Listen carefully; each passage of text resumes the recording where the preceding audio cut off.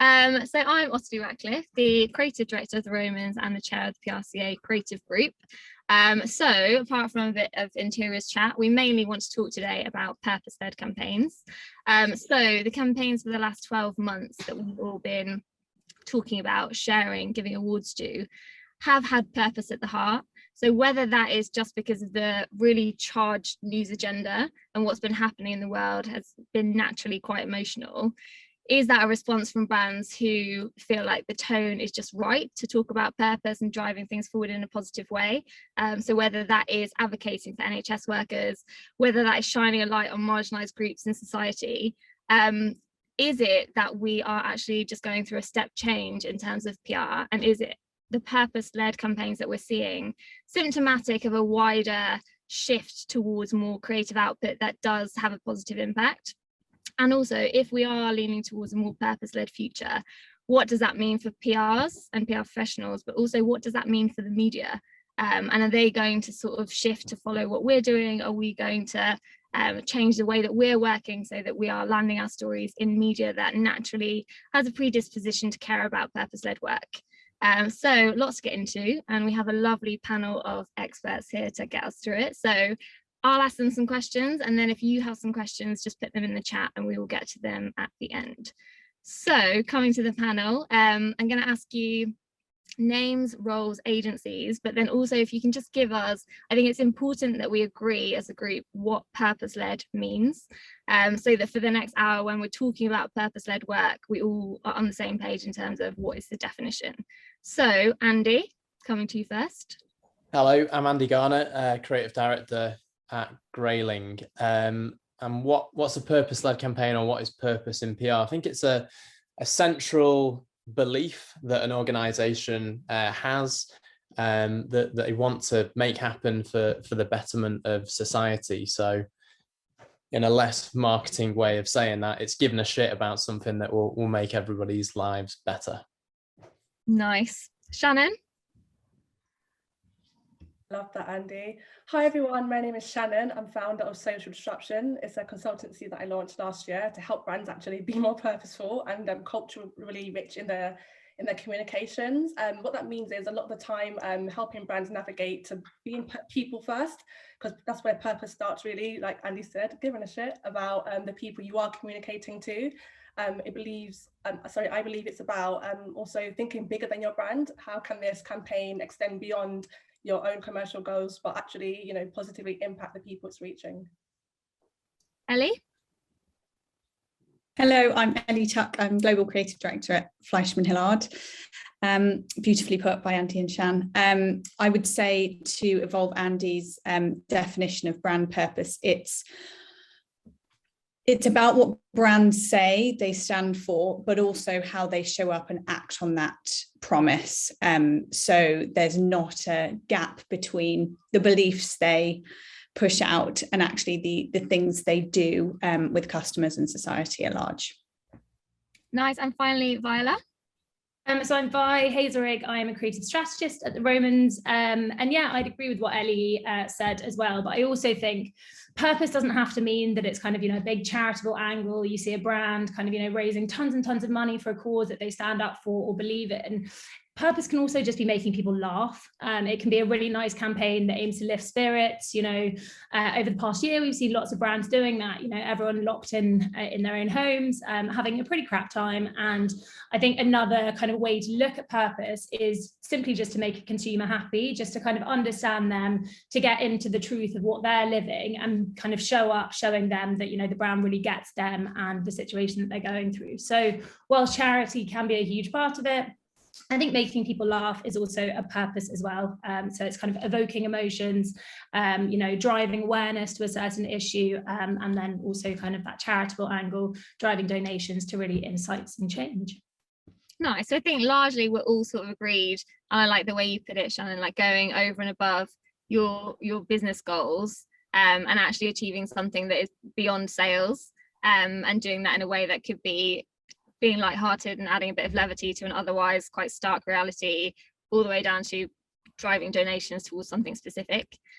So with that sort of definition in mind, and Vi, I'm coming to you first because strategist, and initially I wanted to steal Vi's stat here to talk about this next section.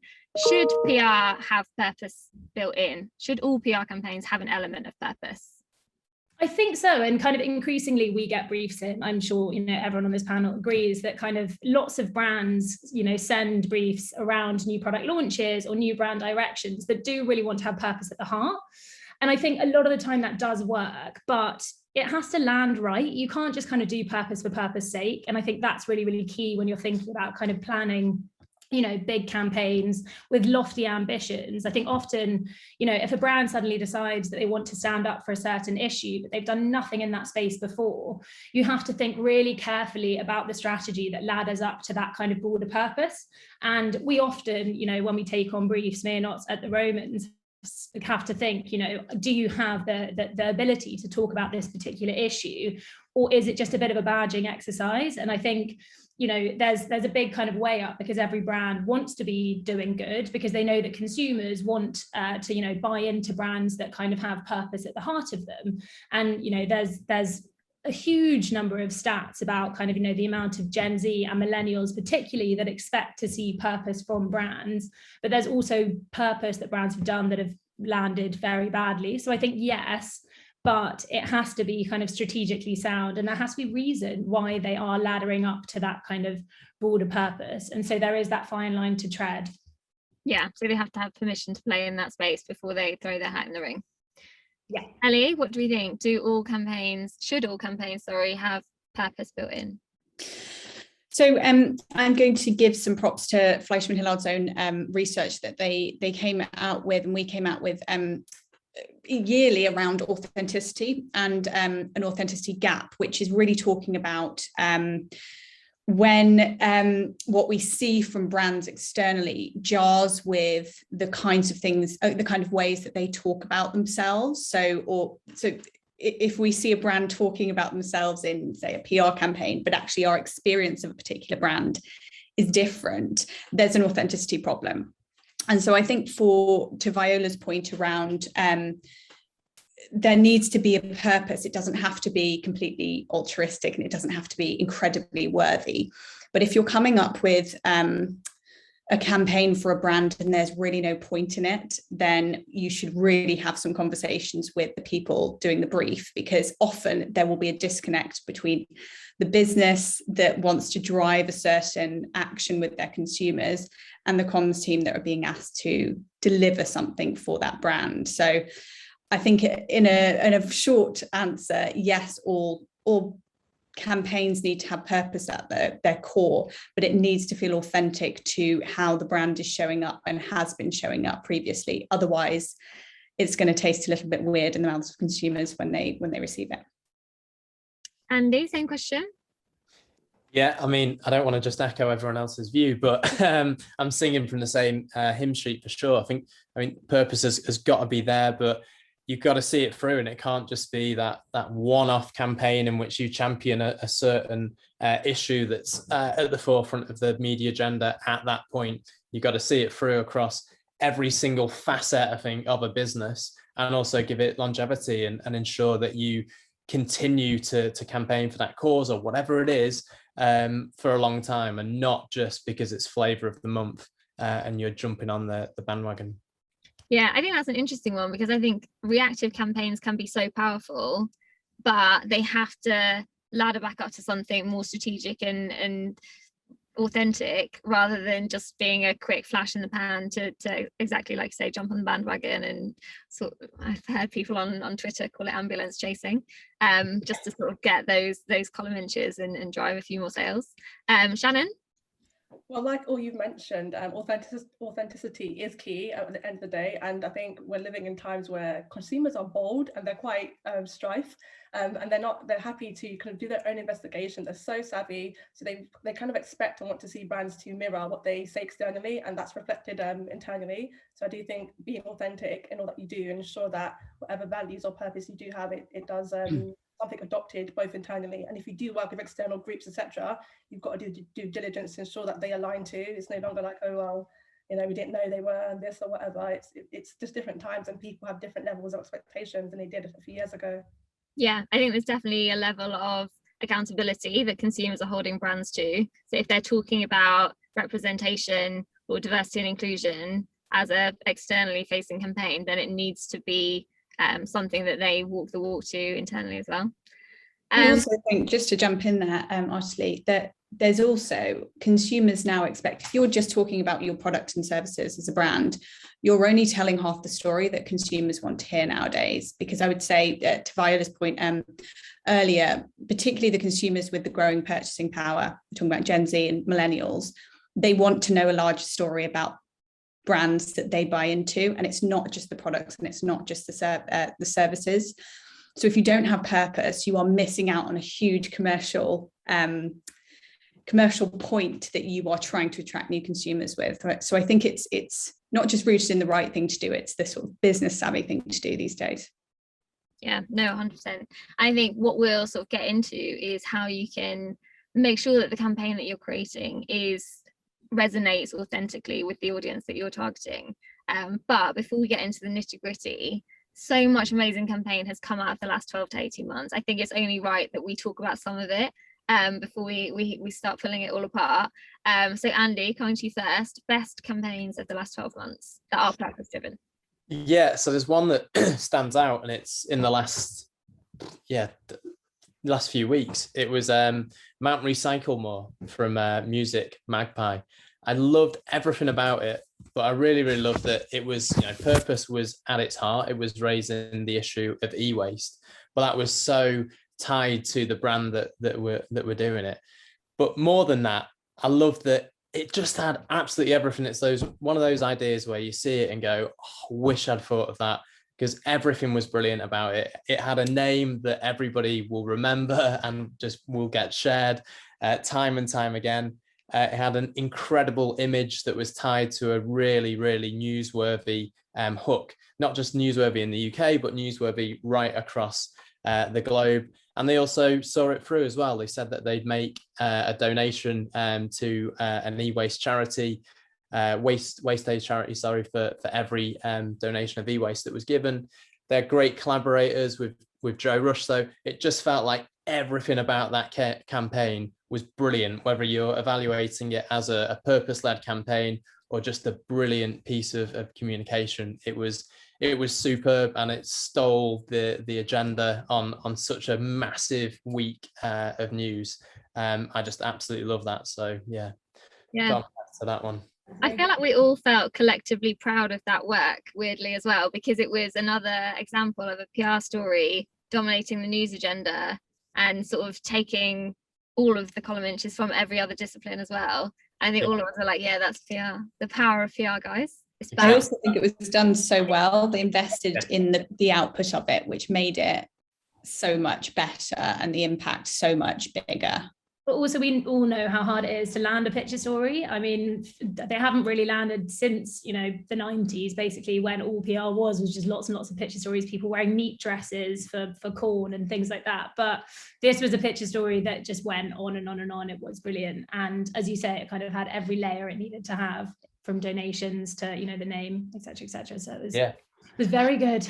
And front pages, like not just landing a picture story, dominated.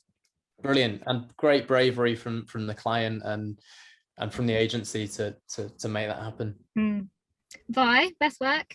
I loved Cadbury's Donate Your Words.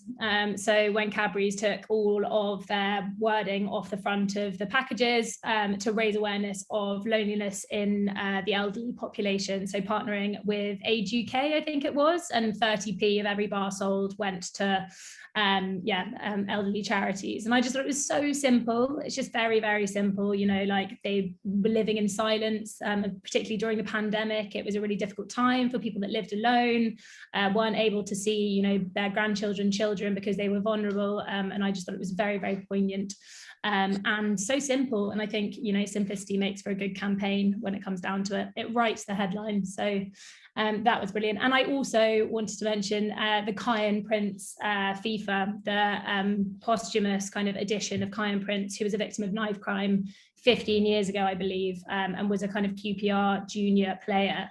And they used deep fakes as well, which are obviously like, you know, hugely relevant in the news agenda at the moment, and worked with his family just to kind of, you know, get pictures of him to make sure that his image was kind of correctly portrayed.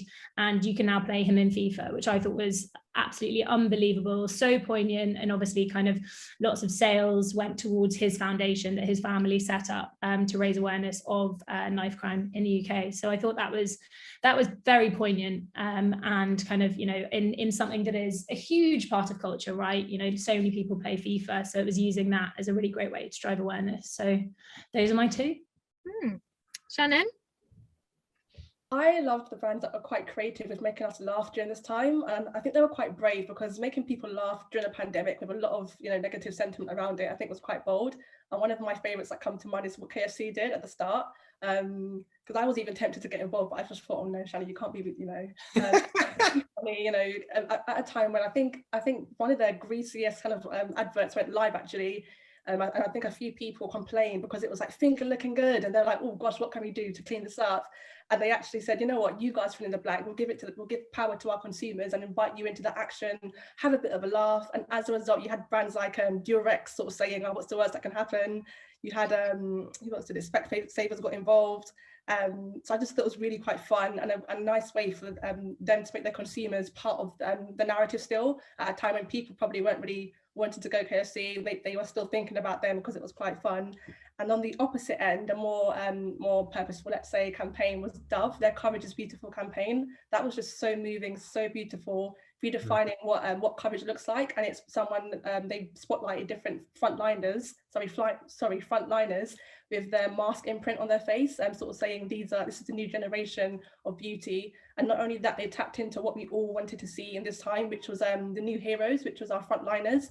They kind of showcase that real people should be platformed and are the heroes of this time. So I thought that was beautifully done, so emotive and really real and raw. Nice. Ellie? I agree. I thought that Dove campaign was beautiful. Well, I'm glad I had some backups, because the EA Games one was definitely on my honourable mention list. I don't think we could have had a panel about creativity and not mention that. It was wonderful. I think I just wanted to give some props to MasterCard and what they have been doing with their purpose. And it kind of goes back to what we said at the beginning around consistency of purpose is the really only way to get to that A word of authenticity.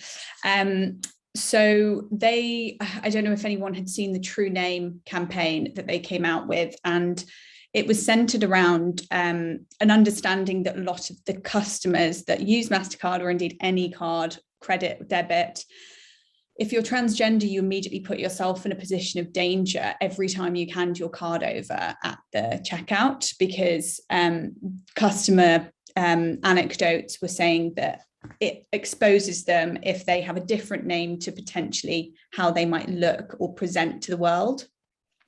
And it's really difficult in banking to get your birth details changed in any meaningful way. So they partnered to create a version of their card that you could change to any name that you identify with. I think that was, they did a lot of different activations through that platform around working with different banks and different financial institutions to introduce their version of the card. They took over Main Street, which was I might have been misremembering that, I think it's Main Street, which is the location of the original Stonewall Inn, where, obviously was the location of the riots. And it was just a lovely, well-rounded comms campaign. And secondly, under that, they have partnered with Conservation International around the Wildlife Impact Card. So using the expiration dates on the card to talk about the fact that they'd have an endangered animal on the card, saying by the time this card expired, this animal will be, extinct. So just two very different messages, but two examples of them following through on operationally how they can change to benefit customers more explicitly in the first example, but society at large in the second. So yeah, I've been really impressed with their work over the last few years. I have to say the MasterCard one was one I was going to mention as well, because it's just so simple. That's the thing. Everyone knows what the expiration date, what purpose that serves. And it's just such a simple way to land it. It's a bit like the Lacoste one from ages ago when they replaced the crocodile with animals that are going extinct. And it's just such an easy way to land it with consumers, obviously, because they know what that represents, right? And just making that simple swap is just kind of, again, a kind of kick yourself campaign where you see it and you're like, damn it. It's a good sign of a campaign, isn't it? When everyone's like, I've made it. Exactly. I think there's campaigns that we could probably all sit and talk about the most amazing work that's come out of the last 12 months. And for each of us, it means something different. And it's whether it drove a tangible difference in terms of fundraising, or whether it just resonated with us for personal reasons, or whether it because it was so successful in the media and the creative behind it was just so strong and so simple. So it feels like often those campaigns will spill over and you hear your friends talking about them who aren't comms professionals, and you realize that it's sort of transcended the marketing people and it has actually touched people's lives. So sort of bearing all that in mind, I saw a piece in Campaign that was talking about how purpose and all the sort of trappings that we put around briefs and brand campaigns is just that. It's a distraction. It's sort of jazz hands, look over here, because what we're really doing as brands and as advertisers and as PR people is selling. We want you to buy this ice cream, we want you to buy this moisturizer. All of the other stuff is a vehicle through which to do that. And that seemed to me quite cynical, because sometimes you do feel very emotionally attached to the work that you're making. You do want to feel like it makes a difference. So my question is, are we driving sales? Like, is that the point of all of this stuff that we're talking about? Is it literally just to further the commercial goals of the brands that we're working with? Ooh, big question. It's difficult, isn't it? Because technically our role as comms professionals, as PRs, or people, advertisers or whatever, yes, it is to either make sales or drive brand awareness, or, make people look at a brand and think of them fondly and like that brand and buy into them. But I do think it feels quite cynical. I think actually a brand has so much equity. They have a following, they have a voice, they have large social channels. And so they have the ability, much like an influencer or a celebrity who are also a brand, just a different type of one, they have the platform to talk about an issue. And if they choose to use that and kind of raise awareness of something that is going on that they feel strongly about, then I think that that's a good thing. And, obviously, if it is a badging exercise, say, for instance, all the rainbow washing that happens around Pride, we're Herbal Essences, and for Pride Week our shampoo is going to have a rainbow on it. That is a badging exercise. And even if 1p of that sale goes to the LGBTQIA+ community, that is badging. But actually, someone said it earlier, if their purpose has longevity to it, if they really are making a commitment to a particular group or a particular issue, then yeah, I think it does feel cynical, because I think if the brand, has that awareness already, then if they choose to use their platform for good, they might make sales alongside it. But I think it's a good thing, and it's important. So almost, yes, that might be the end goal, but it almost doesn't matter, because incidentally they're doing a lot of good in the world. Yeah, but I mean, it's often not attached. I mean, it cannot be attached to a product. I think, if it's a kind of rainbow covered product, then maybe that is very much about making sales of that particular kind of shampoo or whatever. But if it's a broader brand piece and that brand is making a commitment to a particular cause, then yeah, it drives awareness of the brand and makes people feel fondly about that brand and drives good sentiment. But yeah, I think, it probably does drive sales, but I think it's cynical to think that that's the only reason that brands are jumping on kind of poignant, important issues that are happening in the world. I think it's cynical to say it's a shortcut to sales, because it feels like rather than a shortcut to sales, it's a long cut to loyalty. And it's a way of it's not a, right, we're going to make a quick, fast buck here by doing X. If you're standing by that commitment and you're driven by that purpose, then it feels like, as you said, it's something you're going to go on for years. And that takes a lot of time, and it takes a lot of people's hours and wages to really believe in that purpose. And I think that, yes, it might result in sales in the long term, but it takes a lot to buy the loyalty of consumers now, and you've got to see it through to get to that end point of sales. So Yeah, if I was writing an op-ed to it, it'd be a long cut to loyalty rather than a shortcut to sales.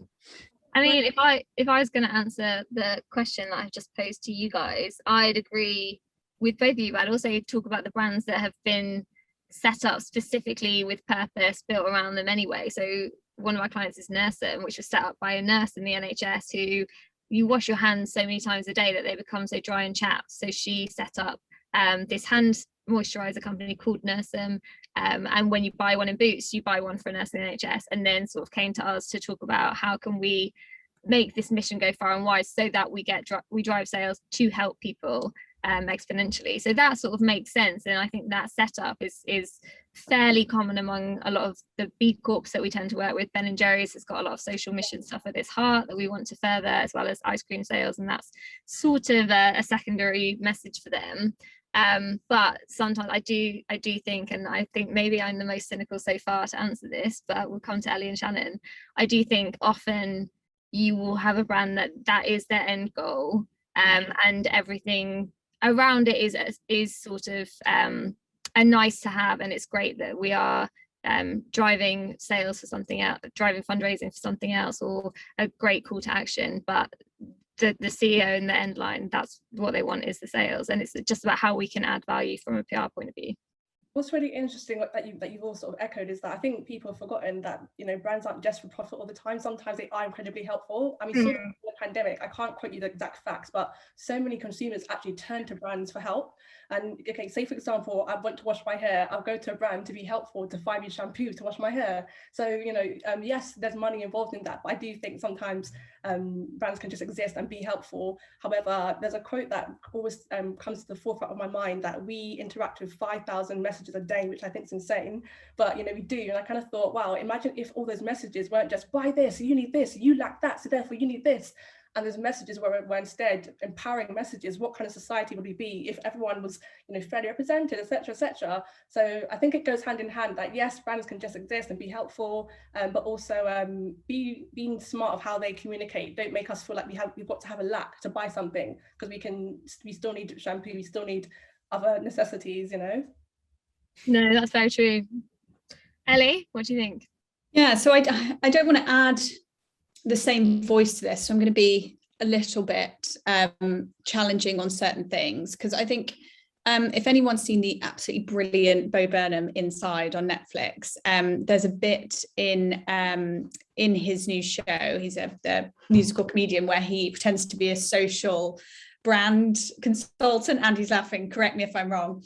And there's a point where, you know, we all as practitioners have a bit of an existential crisis sometimes when we're going towards briefs, and we're like, oh, is there any point in doing this brief? And there's a point in this show where he goes, what do you stand for, Bagel Bites?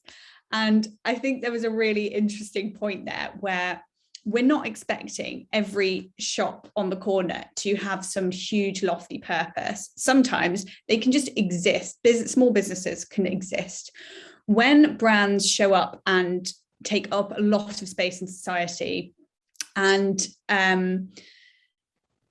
they don't show us the wider good they're doing, there's a bit of a disconnect between consumers. Well, I guess there's just a disconnect between customer loyalty and sales. So I think the difficulty would be, if we are if we're cynical about sales, we're not going to have many brands around for the next 100 years. But if brands are cynical about purpose, then I think they are seeing a very short-term gain.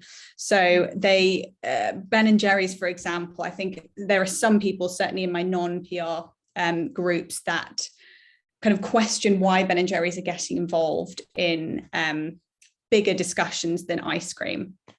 But my main retort back to them is, the two founders have always been like that. They've always been activists.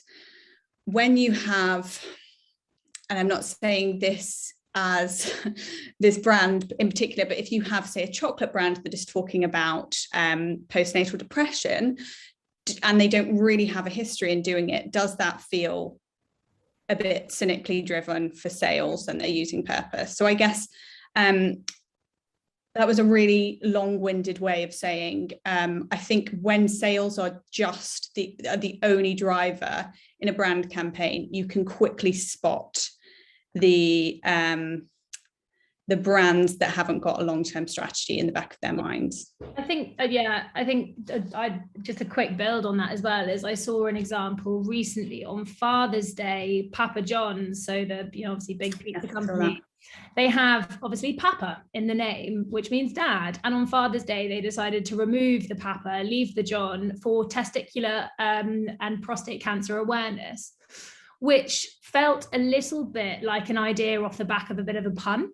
So, removing the Papa, obviously, it's a really nice, lovely campaign. It had kind of goodness at its heart, but it lasted, one day. It was linked to a calendar moment, and it was removing the dad side of things, right? But for me, there was a bit of a disconnect strategically, because actually there was a million and other one things that they could have done. Could that have been a campaign that was talking about people that had lost their fathers for, any reason? It didn't just have to be kind of testicular cancer or prostate cancer awareness. It could have been, people that were no longer a dad because of XYZ, because, of a bereavement in the family. But they linked it. And it was an idea that I thought about for quite a long time, and was sitting there being like, there's elements of this that I think are clever.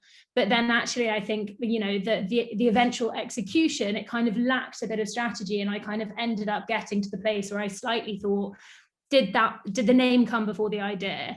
And, it was just kind of one of those moments. And I think you're totally right, is that, it has to have that kind of longevity piece, but also there has to be that kind of, deep strategy behind it that makes it work as an idea, rather than one moment, one day, calendar moment. Okay, let's hook it. How can we hook it to Father's Day?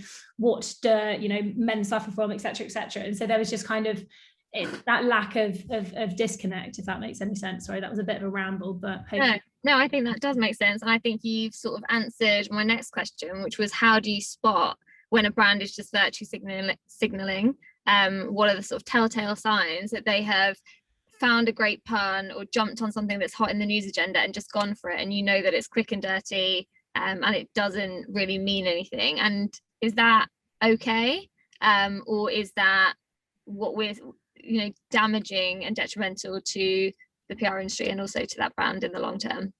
Andy? Yeah, I think it can be hugely damaging to the brand in the long term. If you get it wrong, you're going to be laughed at, or at least you've got to learn from your mistakes. And Ellie, it was interesting you mentioned MasterCard earlier, because I think they got it really wrong a couple of years back. I think it's a 2018 World Cup, and they said for each goal Messi scored or Neymar scored, they donate 10,000 kids to not 10,000 kids, they wouldn't do that. Wow. 10,000 meals to starving kids, and it just felt totally completely wrong, especially as the fact that between them Neymar and Messi only scored 3 goals in that World Cup. But they ended up the uproar that caused on social media, they had to do a U-turn and of course just donate those meals to people who needed them. Which is what consumers stood up and said, that this campaign is completely flawed, and you can't do that. And I think that can be really embarrassing for a brand to say, okay, yeah, we've got it wrong. But then if you do then listen to the consumers, you can get it right. And I think MasterCard, did that. They held their hands up and said, we've got it totally wrong here, and they've learned from it by all accounts, because they're doing brilliant work a few years later. And I think there's a point there, Andy, around if we were looking at the two side by side, True Name and the football example you just gave. And to your point, Osley, how do you what are the signs that virtue signals at play rather than something genuine, true purpose?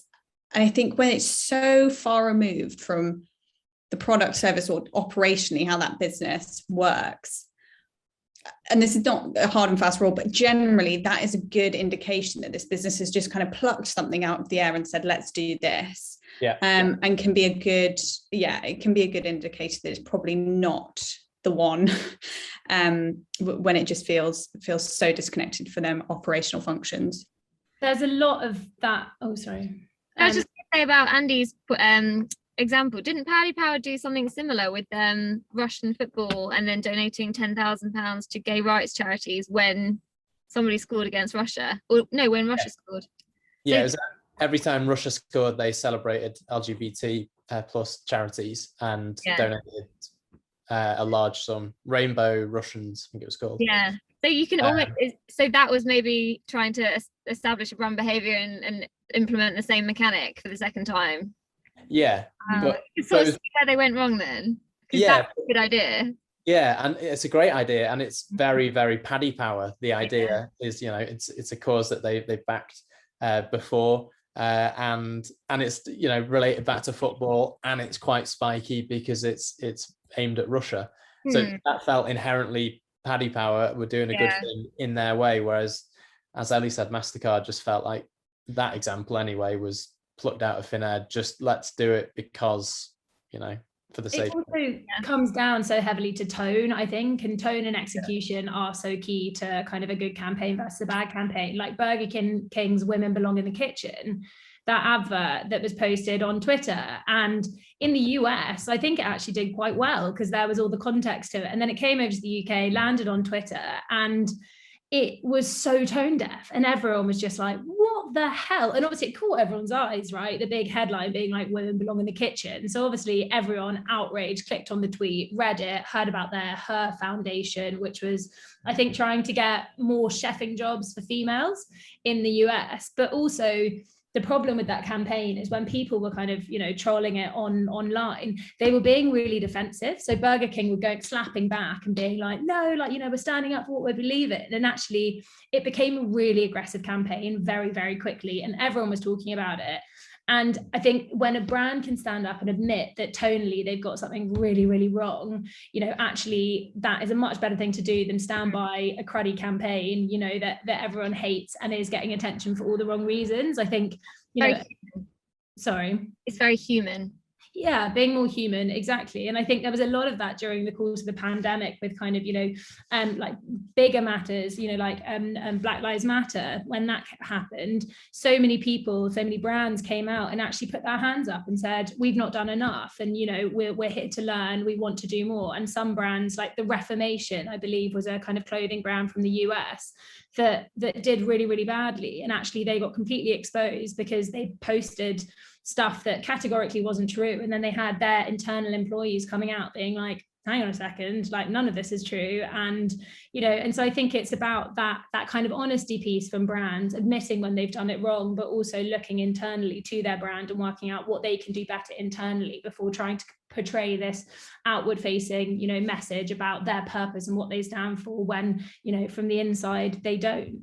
Yeah, completely important. I think the number one thing brands don't think about too much is, are they actually adding value to this conversation, or are they adding to the noise? And we did definitely see that during BLM, especially during, for example, Blackout Tuesday, when a lot of the amazing sort of like assets and all sorts were put out there was just drained in black squares, and it was just like, oh, you know, because a lot of people jumped to the bandwagon, and therefore it just cluttered a lot of important information. So adding value to something, not just jumping on it, is really important. I also think there's other two areas that kind of brands should think about, which is, you know, are they committing to this in the long haul? As you mentioned, a lot of the examples you guys have touched upon of sort of been one day sort of hit events and not doing anything to contribute to that cause.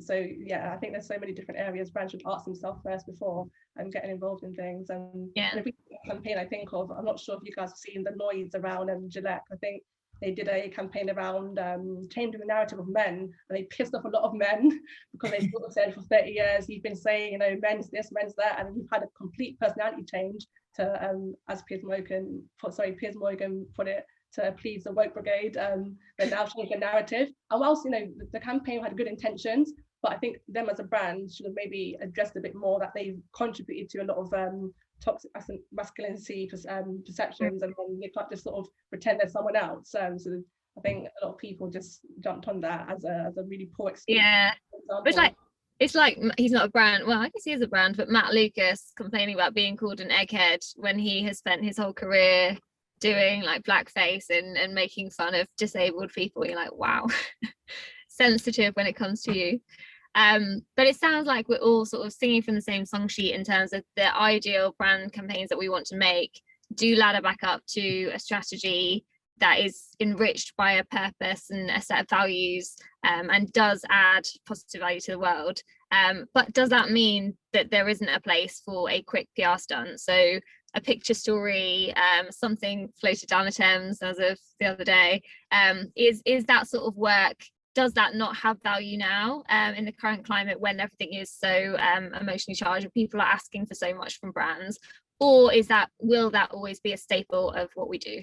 Andy? I think there's still absolute value in it if it again comes back to a brand strategy. Maybe not floating anything down the Thames, especially not that Burberry bag. Oh, God. But then again, consumers sometimes like things being floated down the Thames, and although it's a big old joke in the PR industry, when it goes right, it can be quite impactful. Anyway, it's not a debate about floating things down the Thames. I think there is still a place for your stunt or your newsjacking or your quick win, as long as it's done it in the right way. It doesn't counteract it against the purpose that you're after.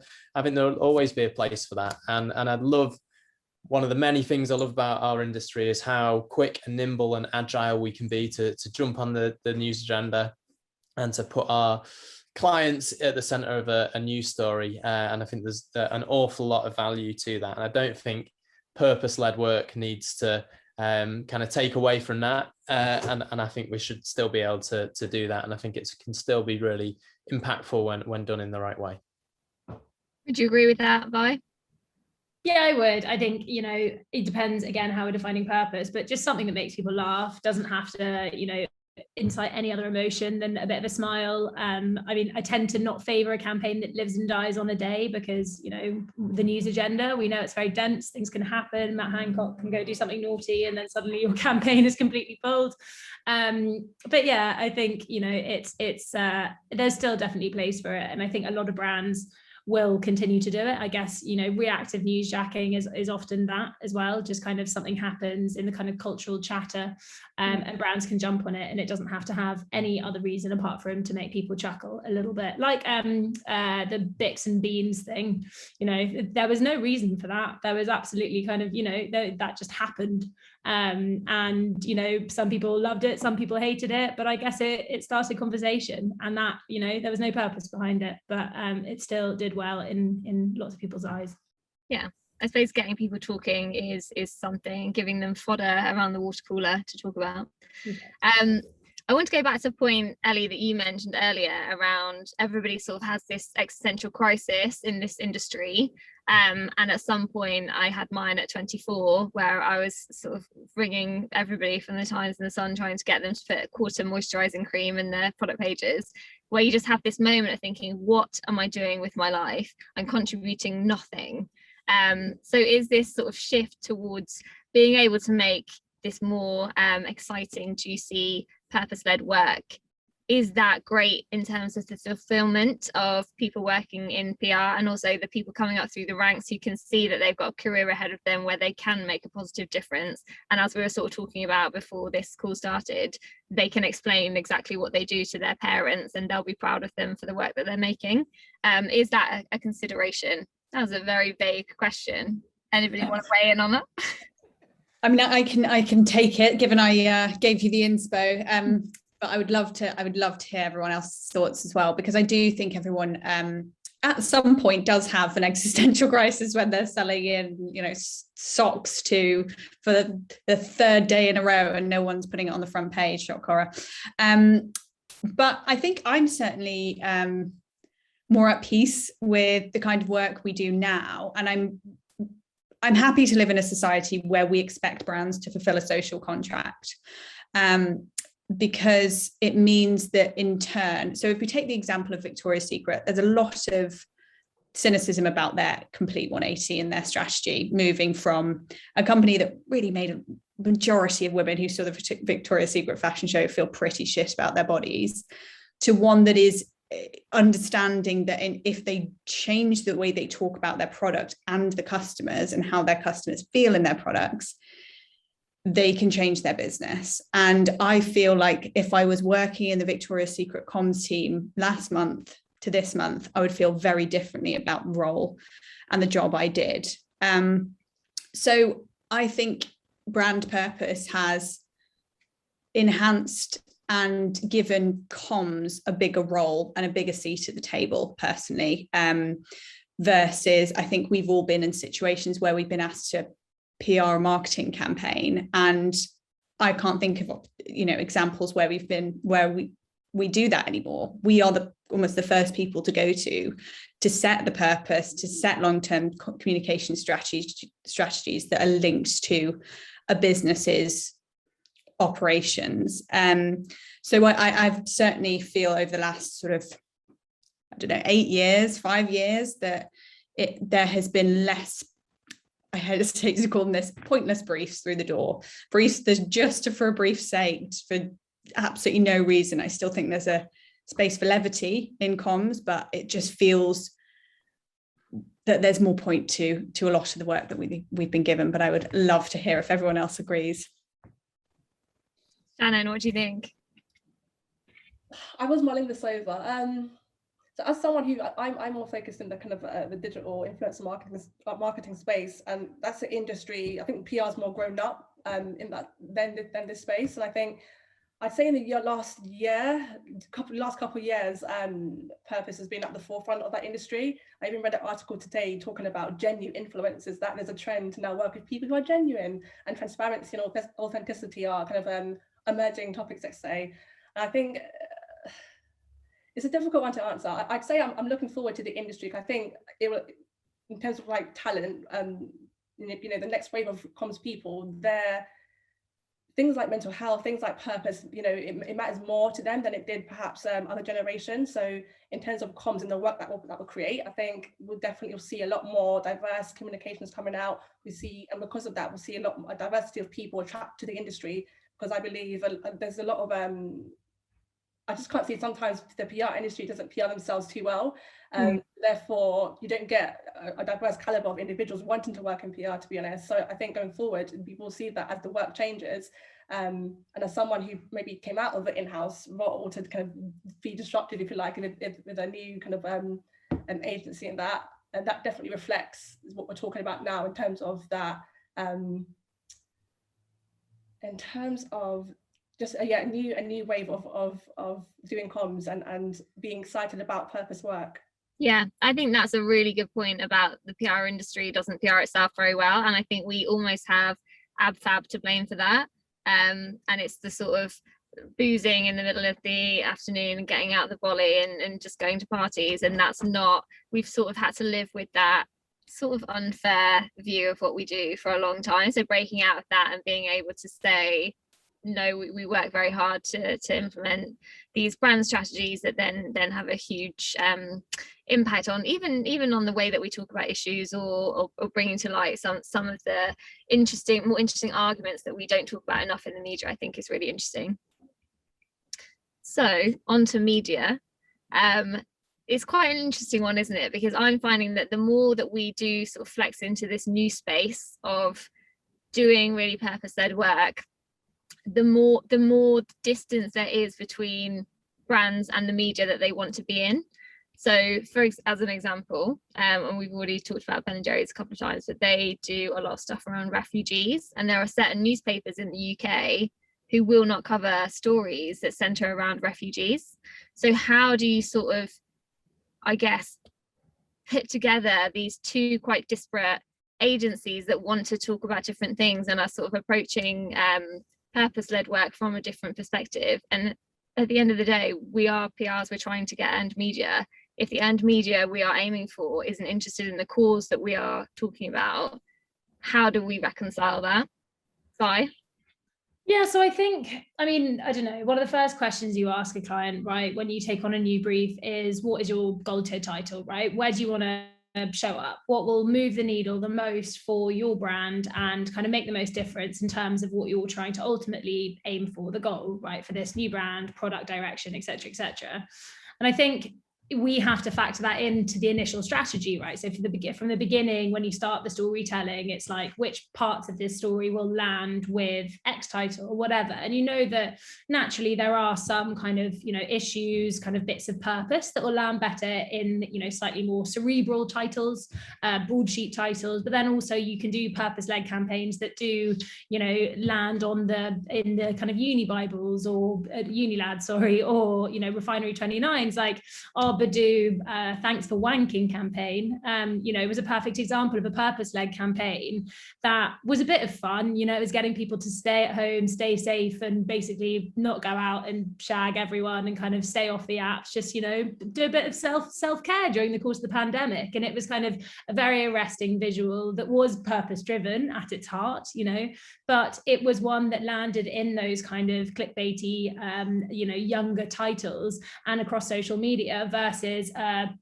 I don't know, say for instance, the uni lad illegal blood bank, which was a really, really poignant issue, and that went far and wide. And obviously it was backed by a title, but it was one that was picked up by mass because it was, something that was born off the insight that actually members of the LGBTQI+ community weren't able to give blood if they didn't abstain from sex for 3 weeks, or no, maybe 3 months prior to doing so. And I think, yes, we have to think about the media and what they want to write about, but then I think also that comes into the strategy. It's like, if these are our gold tier titles and this is the story we want to tell, then is it going to land in the places we want it to? And kind of how can we weave that into the narrative that we're telling to make sure that we're getting the results that we want? And I think, journalists do like purpose-driven campaigns, but again, only if they're done in the right sort of way and the story in the headline is strong enough to warrant the eventual coverage.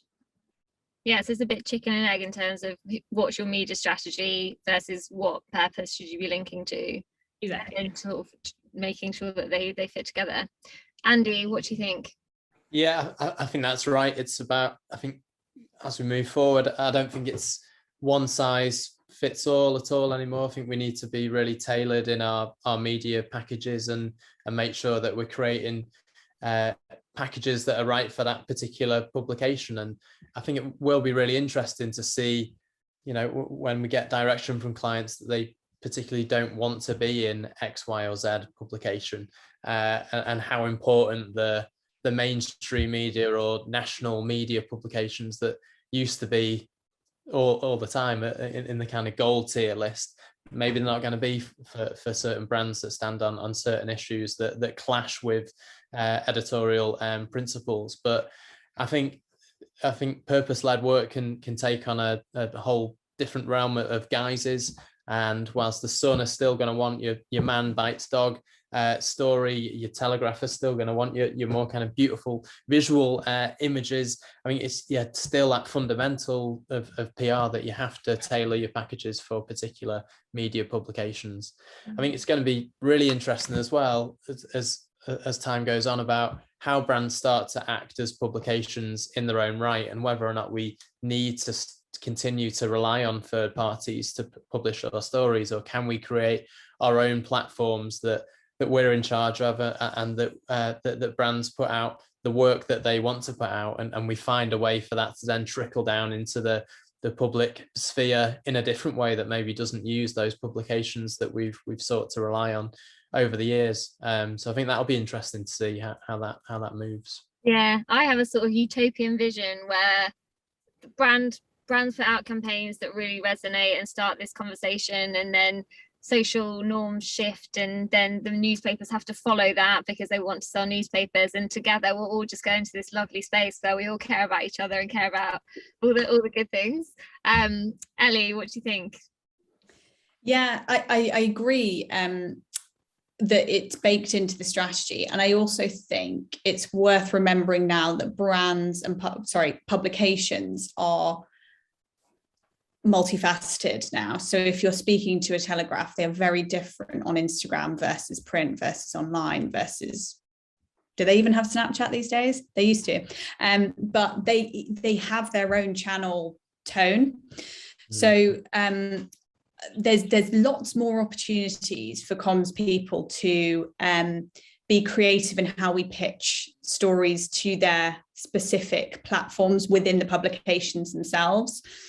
But I would also argue that if a client is asking to be in a certain publication, and I'm taking a refugees example, there is a reason why a red top might not talk a lot about refugees, is because their readers don't want to read about them. So there is a pushback on us to clients if they're demanding to be in a certain title. We know that a title doesn't use that topic because ultimately their readers don't want that. I think that there has to be a bit of rationalizing over the sort of, I do sometimes think clients pick titles because it's something their bosses read or their parents read, and it's on us to interrogate some of those requests sometimes. Yeah, no, I definitely agree. It's on us to sort of work with them to come up with a strategy that sort of kills two birds with one stone in terms of gets them into the areas and in front of the audiences that they care about, whilst also demonstrating their brand values to the right people.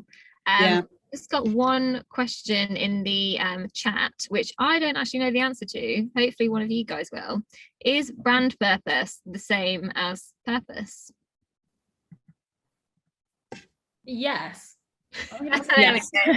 We use it interchangeably. I'm going to say yes, because I guess a brand purpose is that kind of lot for me. This is my perception of it, but is that kind of loftier ambition. So say, for instance, Method, who have put a stake in the ground looking after the LGBTQI plus community, and they've been doing that for at least a year and a half, and they're continuing on that mission. That is what they stand for, and it's single faceted, and that is their cause. I guess purpose could be more specific to project. I guess a brand purpose is something more encompassing, and then a purpose could be a bit more of a flash in the pan one. But yeah, I think that they are. Yeah, I guess I suppose it's the same as the definite and indefinite article. A purpose is just it could be anything, and then the brand purpose is what they've nailed it down to be, and they've adopted as their own. Exactly. Amazing. Okay, cool. Well, we have finished bang on time. Amazing. So thank you for all of our lovely panelists and that great discussion, and enjoy the rest of your weeks. Thanks everyone. Thanks everyone. Bye. Take care.